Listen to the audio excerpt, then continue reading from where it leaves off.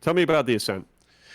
Well, I haven't had too much time with it, but um, so far, pretty freaking cool, man.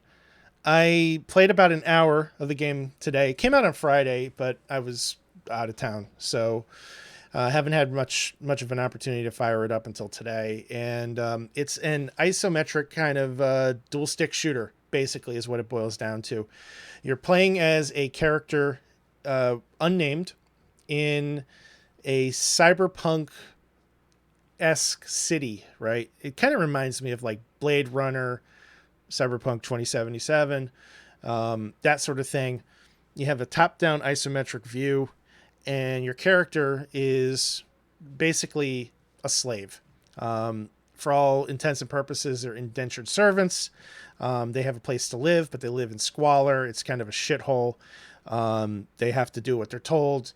And the first mission that you get into, which also kind of doubles as a tutorial, basically has you going into a waste extraction facility and fixing the computer so that it works properly. Somebody is bitching and moaning that the toilets are overflowing, and you have to go and fix it. So you're going through these dingy corridors, rats, dirt everywhere.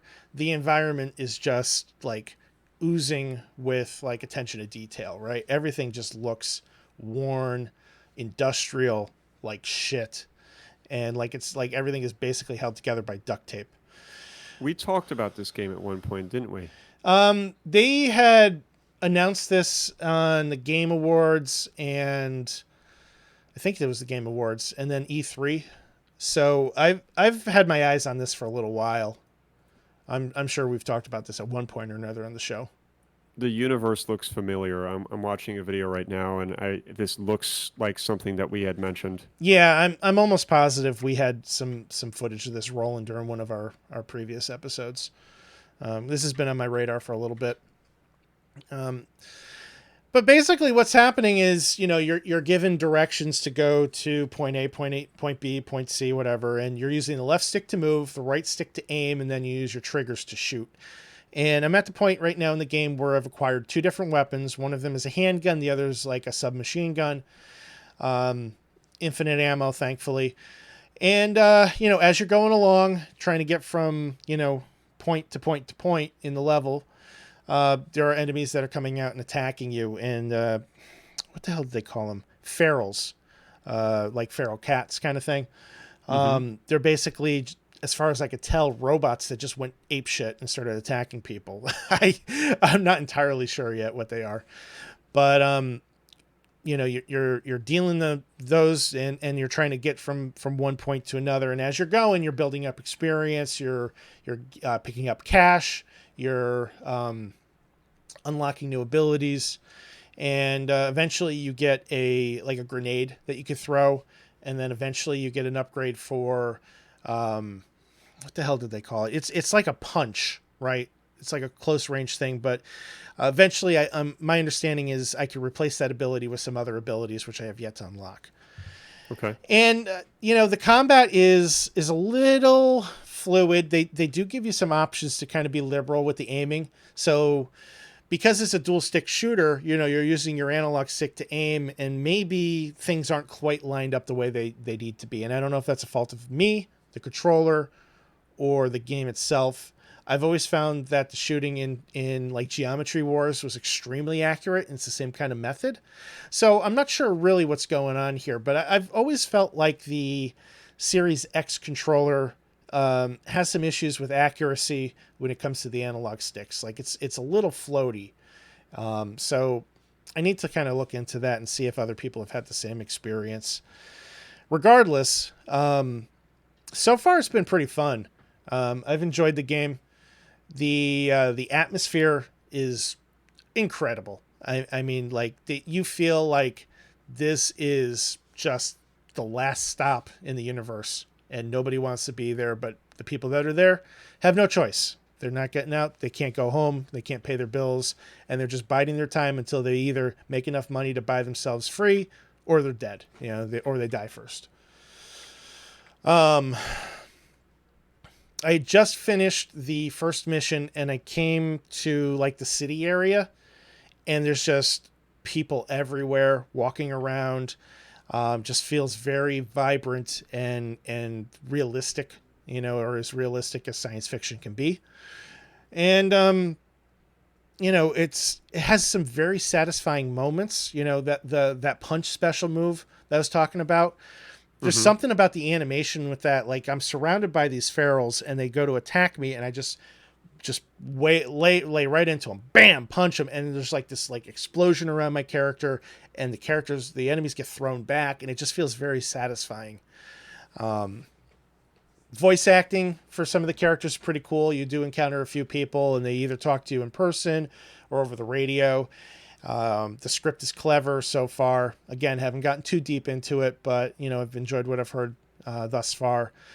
And the cool thing about it is this does have a co-op mode as well too. So I believe you can do up to 4 people at a time. I'm not sure how that plays out. Whether you're running missions or if it's just a randomly generated dungeon or what the case is. I need to investigate that some more.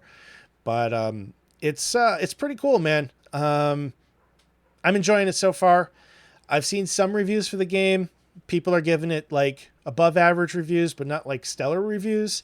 So I think for a lot of people, this has kind of fallen slightly flatter than expected. But I'm okay with a game that's like a 7 out of 10. It doesn't need to be a 9 or 10 out of 10 for me. Well, I can tell you right now, from the perspective and the topic of the universe itself, I mean, I would give this a 10 out of 10. I mean, I've been watching gameplay this whole time, and I think it looks pretty extraordinary. Yeah, the graphics in this game for an isometric game are pretty stellar. There's a lot of reflections. There's a lot of, lighting effects. And, I couldn't tell you if it's got ray tracing in it, but it looks like it might. So, it looks damn good on my TV on the Series X. I haven't tried it on the One X yet. I may give that a shot at some point, but, the game feels good. It looks good. The sound effects are pretty awesome. The music is solid. I think it's worth checking out, and it's on Game Pass, which, I'm a big fan of that too. So it's a good fit for me. I'm looking forward to diving back into that world. Maybe tonight. I don't know. We'll see. Yeah, man. I mean, I'm intrigued. I feel like this could be sort of there might be a sort of redeeming aspect in this game in terms of the people that didn't like Cyberpunk, because I feel like this may have arrived at just the right time. I feel like this could give it a run for its money, honestly. Well, I mean, they're similar environments but different experiences. This game has RPG elements in it. I don't know to what extent I'm going to be diving into those. I know my character is leveling up. I know I can unlock different weapons. I know I can upgrade some of those weapons. I know there are new abilities that I can acquire. There's armor that you can put on your character. And I believe there's a skill tree that I can get to as well, too. And these are all things that Cyberpunk has in abundance. But being a twin-stick shooter versus a first-person RPG, they're very different fundamental games. Aside from the aesthetics, they couldn't be more different, So I think maybe that's okay. Maybe if somebody wants a true cyberpunk experience, excluding the experience that you get with Cyberpunk 2077, if you just want to be in that universe, maybe this is the right way to do it. Yeah, I think there's something to be said for that.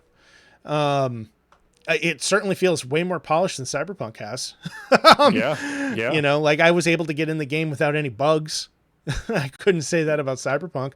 I haven't. Maybe that's what it is. You want a polished cyberpunk universe experience. This is it.